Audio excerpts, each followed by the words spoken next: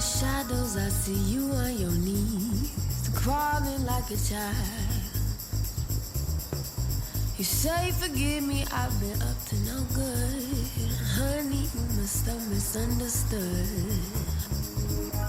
In the 1920s and the 1930s, Henry Hitchcock and Philip Johnson coined the term for the international style of contemporary architecture. And if you think about the time, you have to remember that we came out of the Roaring '20s and we entered into the Great Depression.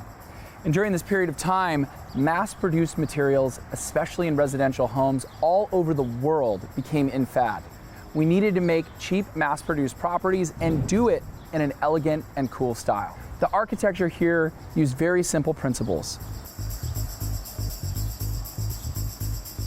90-degree angles to all the windows, the roof lines, no curvilinear embellishment, no ornamentation.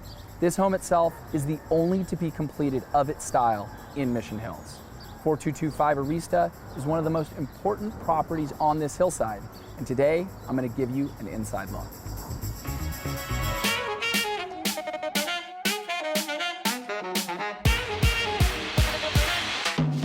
Here we go again.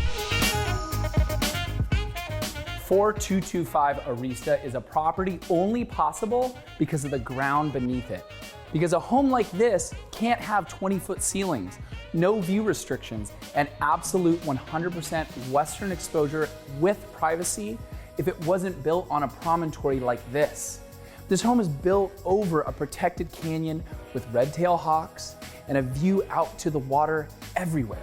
But what matters in this house is not just the views. What matters in this house is the home itself, because the international style of contemporary architecture lends itself perfectly not just to the exterior, but to the interior. You see all these repeated 90-degree angles, this rectilinear style that repeats throughout the entire home. There's a sense of symmetry, and that's what makes it so inspiring, because it's a piece of art, it's a work of engineering, it's something that inspires you every day. 'Cause I got that winning feeling. They can't slow me down. You know, one of the things about a property like this is we start by describing history, then we talk about architecture, design, the art behind it, but sometimes you just have to talk about feel.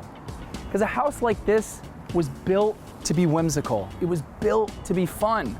It was built to get this sense that I get every time I look at this corner. It's almost like an ocean itself. I have to say, I kind of can feel Leonardo DiCaprio's strong hands around me. Kind of feel like Rose. I kind of feel like I'm flying.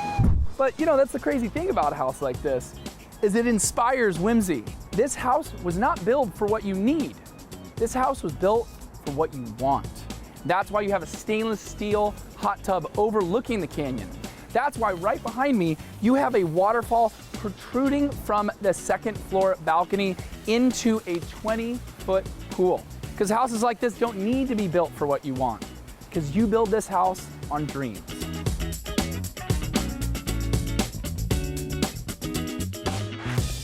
There's lots of houses that are built on this hillside, built of concrete, built of steel, built of glass. But only a few houses are built with this level of inspiration. And because you have so many perfect squares throughout the house, it gives you an opportunity to separate different experiences.